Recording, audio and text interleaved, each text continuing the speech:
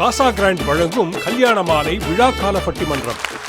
இப்போது பக்தியினுடைய நோக்கம் எது என்று கேட்டால் அது எப்படி இருந்தாலும் பொருள்தான் என்று பேச பேராசிரியை ஸ்ரீமதி அவர்கள் வருகிறார். வாங்க. பாதம் தொட்ட மண்ணுக்கு முதல் வணக்கம், பட்டிமன்ற நடுவர் அவர்களுக்கு முழு வணக்கம், தடுப்பு சுவர் கட்ட வந்தவர்களுக்கு தலை வணக்கம், கல்யாண மாலை நிகழ்வுக்கு வருகை தந்திருக்கின்ற பக்த கோடி பெருமக்களுக்கு என் மொத்த வணக்கம். கோடியா? பொருளாதாரத்தில் நம்ம நாடு 5வது இடத்தை எட்டி பிடிச்சிருக்கக்கூடிய இந்த காலகட்டத்தில் அருமையான தலைப்பு, பக்தியினுடைய நோக்கம் அருளா பொருளா? சந்தேகமே வேண்டாம் நடுவர் அவர்களே, பொருள்தான். ஆதிசங்கரர் குருகுலத்தில் இருந்தபோது தங்களுக்கு தேவையான உணவை தாங்களே யாசித்து உண்ண வேண்டும் என்பது நியதி. ஒரு ஏழை வீட்டு முன்னாடி போய் நின்று பவதி பிட்சாந்தேகி அப்படின்னு கேட்கிறார். அந்த அம்மா வீட்டுக்குள்ள இருந்து வெளியே பார்க்குறாங்க. ஒரு குழந்தை பசியோடு நிற்பதை பார்த்து கண்ணீர் சிந்துறாங்க. ஏன்னா அவங்க வீட்டில் ஒரு வதங்கிய ஒரு நெல்லிக்கனி மட்டும்தான் இருக்கு. முந்தின நாள் ஏகாதசி விரதம், காலையில் சாப்பிட்றதுக்கு கணவனுக்குன்னு எடுத்து வச்சிருந்தது. அந்த குழந்தையினுடைய பசியை போக்கக்கூடிய அந்த உணவு தன்னிடத்தில் இல்லாத ஒரு பாவியாகி போனேன்னு அந்த அம்மாவுக்கு வருத்தம். இருந்தாலும் மனசை தேத்திக்கிட்டு அந்த நெல்லிக்கனியை கொண்டு ஆதிசங்கரருக்கு கொடுக்குறாங்க. ஆதிசங்கரர் அந்த அம்மாவோட கருணையை பார்த்து வியந்து போய், இல்லாத அந்த நிலையிலும் அடுத்தவங்களுக்கு கொடுக்கணும்னு நினைச்ச அந்த தன்மையை நினைத்து தான் வணங்கக்கூடிய மகாலட்சுமியை வழிபட்டு கனகதாரா ஸ்தோத்திரம் பாடுறார். ஒத்த நெல்லிக்கனி கொடுத்த அந்த தாயினுடைய வீட்டில் பொன்னாலான நெல்லிக்கனிகள் மழையாக பொழிந்ததாம் நடுவர் அவர்களே. அந்த தாயினுடைய வறுமை தீர்ந்தது. தர்மம் தலை காக்கும், தக்க சமயத்தில் உயிர் காக்கும். அதுக்கெல்லாம் பொருள் வேணும் நடுவர் அவர்களே. இப்ப அட்சய திருதியை அப்படிங்கிறது ஆன்மீக ரீதியான நாள். அந்த நாளை நாம இப்ப எப்படி எதிர்பார்க்கிறோம்?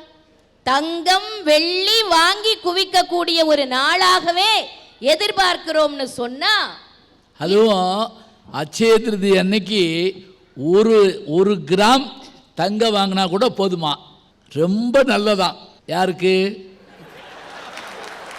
நன்மையும் செல்வமும் நாளும் நல்குமே, திண்மையும் பாவமும் சிதைந்து தேயுமே, ஜென்மமும் மரணமும் இன்றி தீருமே, இம்மையே ராம என்று 2 எழுத்தினால். இந்த இப்பிறவியில ராம அப்படின்னு ஒரு 2 எழுத்தை நாம சொன்னோம்னா நமக்கு நன்மை கிடைக்கும், நமக்கு செல்வம் கிடைக்கும் அப்படின்னு சொல்றாங்க. வேற ஒண்ணும் வேண்டாம் நடுவர் அவர்களே. கோவில் யானை கிட்ட போய் நீங்க ஆசீர்வாதம் கேளுங்க. நான் எது கேட்கணும்? இல்ல நம்மள யாராவது ஒருத்தர் கேட்போமே. அது என்னன்னா நான் நடுவர் தான் இப்ப எல்லாத்துக்கும் மாற்றாரு. ஒரு எடுத்துக்காட்டுக்கு ஆமா, தராது, அருள் தராது. பொருள் கொடுத்தாதான் அருள் தரும். பழக்கிருக்காயே, நாம அப்படித்தான் பழகிட்டோம் இந்த நிலையில.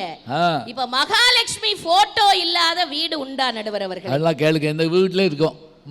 அதுல ஒரு ட்ரிக் என்ன தெரியுமா? மகாலட்சுமி அம்மா ஒரு காலை எடுத்து அப்படி வைக்கிற மாதிரி உள்ள போட்டோவை பூஜை அறையில வைக்க மாட்டாங்களாம்.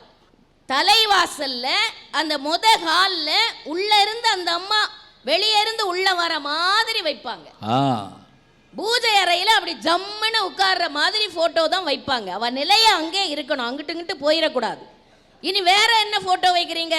வெங்கடாஜலபதி, குபேரர் போட்டோ, இதெல்லாம் எதுக்காக வேண்டி வைக்கிறீங்க?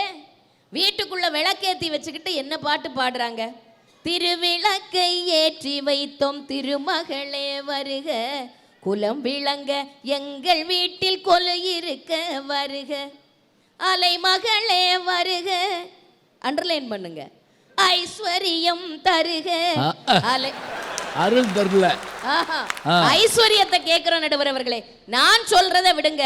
நம்ம முண்டாசு கவிஞன் முறுக்கு மீசைக்காரன் எட்டயபுரத்து எழுச்சிமிகு சிங்கம் மகாகவி பாரதி சொல்றாரு, செல்வத்திரு மகளை திடங்கொண்டு சிந்தனை செய்திடுவோம், செல்வம் எல்லாம் தருவாள் நமதொழில் திக்கனைத்தும் பரவும். 8 திசைய நம்ம புகழ் பரவணும்னா அந்த லக்ஷ்மி தரக்கூடிய அந்த பொருளால தான் முடியுங்கிறாரு. குசேலர் வறுமையில வாடுறாரு. சுசீலா அம்மா உங்க தோழன் துவாரகையை அவர் மனைவி, நீங்க பி சுசீலா நினைச்சுட்டாங்க, அதுக்காக தான் அவருடைய மனைவி சொல்றாங்க, உங்களுடைய நண்பன் துவாரகைக்கு அதிபதியா இருக்கிறானு, அவர்கிட்ட போய் ஏதாவது கேட்டுட்டு வாங்களே பொருள் அப்படின்னு அனுப்புறாங்க. இவரு போறாரு நடுவர் அவர்களே, அந்த பெருமாளை பார்த்து அவன் அருளே போதும் அப்படின்னு திரும்பிடுறாரு. இங்க வந்து பார்த்தா வீடெல்லாம் ஒரே பொருள். என்ன? அவரு அந்த துவாரகை கிருஷ்ணனை பார்க்க போகும்போது ஒரு பொருள் கொண்டு போனார் நடுவர் அவர்களே. அதுதான் அவள்.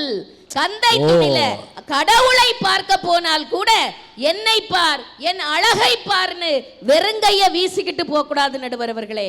பொன் வைக்க முடியலன்னாலும் பொன் வைக்க கூடிய இடத்துல பூவையாவது வைக்கிறோமேன்னு மலர்களையாவது கொண்டு போனோம். அந்த மலர் கூட வாங்குவதற்கு பொருள் வேண்டும் என்று சொல்லி வாய்ப்புக்கு நன்றி பாராட்டி இடம்பெயர்கிறேன். நன்றி, வணக்கம். It takes passion, vision and courage to build a legacy. Casa Grande, transforming lives. அவங்க பாடின பாட்டும் சொன்ன மொழியும் நல்லா இருந்தது. அதுவும் அந்த அட்சய திருதியை நினச்சி பார்த்தா எனக்கு ஆச்சரியமாக இருக்குது. எங்கள் நண்பர் ஒருத்தர் அவங்க வீட்டில் அப்படித்தான் அன்னைக்கு காலையில் போய் ஒரு பவுனாவது வாங்கிடணும்னு சொல்லி 4:45 போனால் அங்கே ஏற்கனவே 500 பேர் நிற்கிறாங்க. இதில் போய் இந்த அம்மா 1 கிராமோ 2 கிராமோ வாங்க போய் கூட்டத்தில் மாட்டி 5 பவுன் செயின் அத்துட்டு போயிட்டாங்க.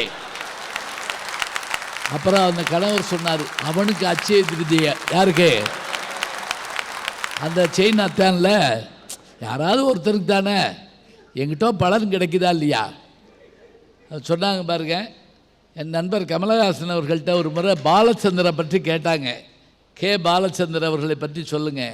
அவர் சொன்னாருங்க, முகவரி இல்லாமல் இருந்த என்னை வருமான வரி கட்ட வைத்தவர் அவர்தான். அவ்வளோதான், முடிஞ்சு போச்சு. திருக்குறள் மாதிரி சொல்றாரு.